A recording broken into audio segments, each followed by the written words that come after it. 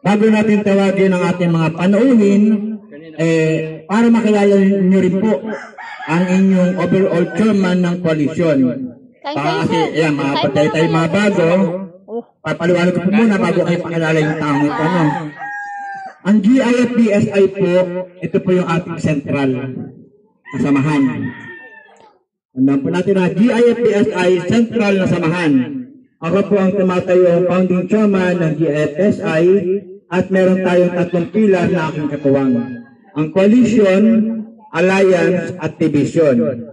Ngayon, ang tatawagin ko po para inyo makilala kung saan po kayo nakabilang na pilar, ito po ang tumatayo at masipag kong katuwang sa hanay po ng pilar ng coalition, Premier Chief Global Supreme, National Corporate Founder, Charter National Doc.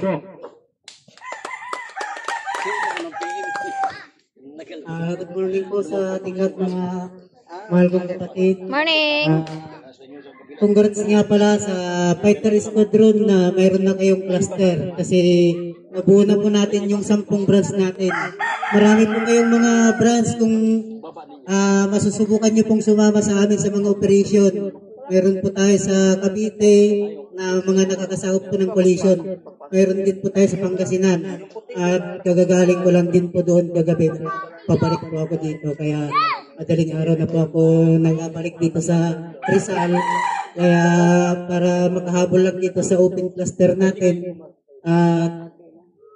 Nagpapasalamat din po ako sa inyo pong naging chairwoman na nagtiwala po kayo sa amin na bilang ako po ng tumatayong chairman nyo na mapagkatiwalaan niyo po sana hanggang sa huli po. Dahil sabi nga po nila, kung totoo po ang mga lumalabas sa ating mga bibig, madali lang po natin makahikayat ng mga tao po.